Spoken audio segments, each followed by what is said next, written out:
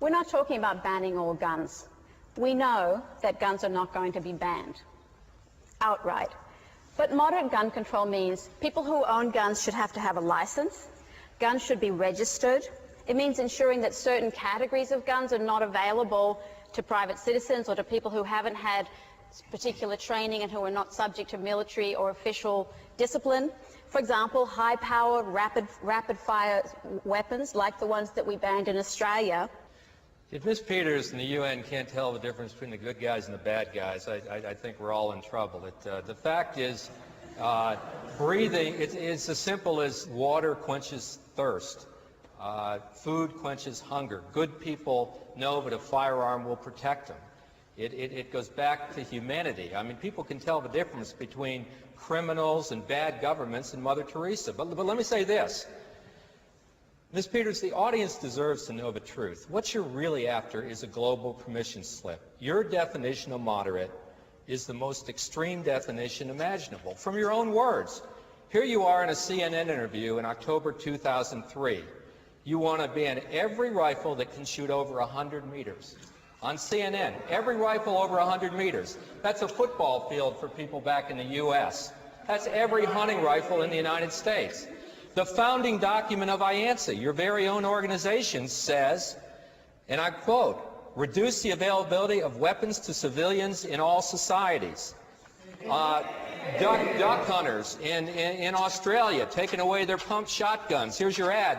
And I can give you all these NGOs you work with, pamphlet after pamphlet after pamphlet. I can stack them to the ceiling where you call for no to individual armament. So let's be honest. You want to take guns away from all people, a global bureaucracy to do it. We're not going to let it happen. So is that true?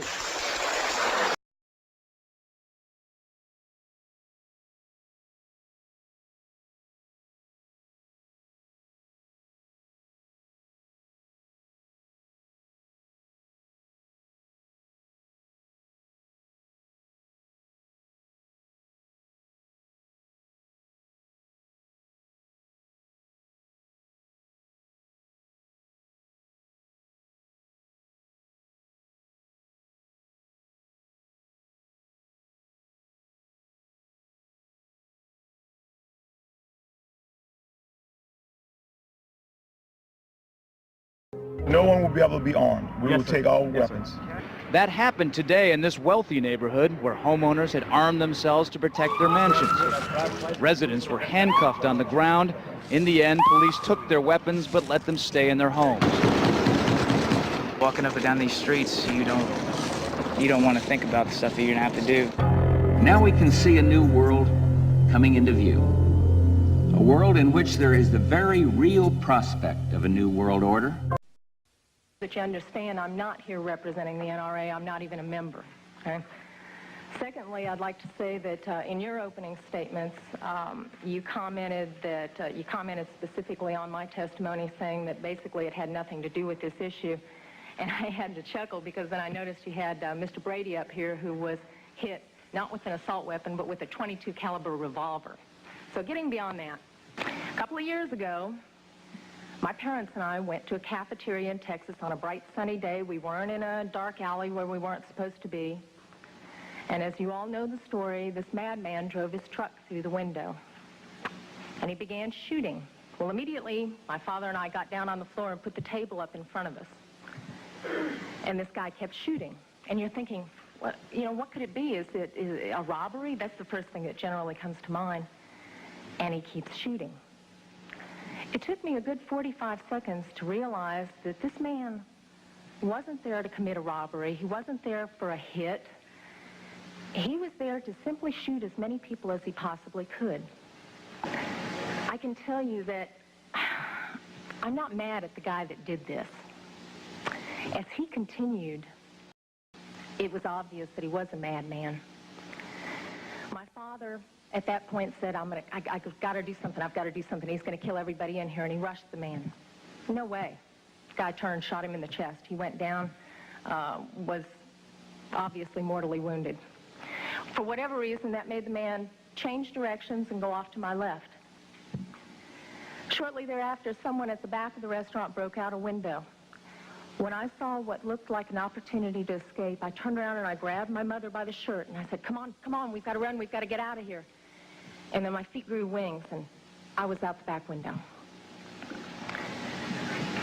As soon as I got out, I realized that my mother had not followed me out. And as I learned from the police officers, she had crawled over to where my father was and cradled him until the guy got back around to her, put the gun to her head. She looked up at him, put her head down, and he pulled the trigger. My parents had just had their 47th wedding anniversary. She wasn't going anywhere. As I mentioned, I'm not really mad at the guy that did this, and I'm certainly not mad at the guns that did this. They didn't walk in there by themselves and pull their own triggers. The guy that did it was a lunatic. That's like being mad at a rabid dog. I'm mad at my legislators for legislating me out of the right to protect myself and my family. I would much rather be sitting in jail with a felony offense on my head and have my parents alive.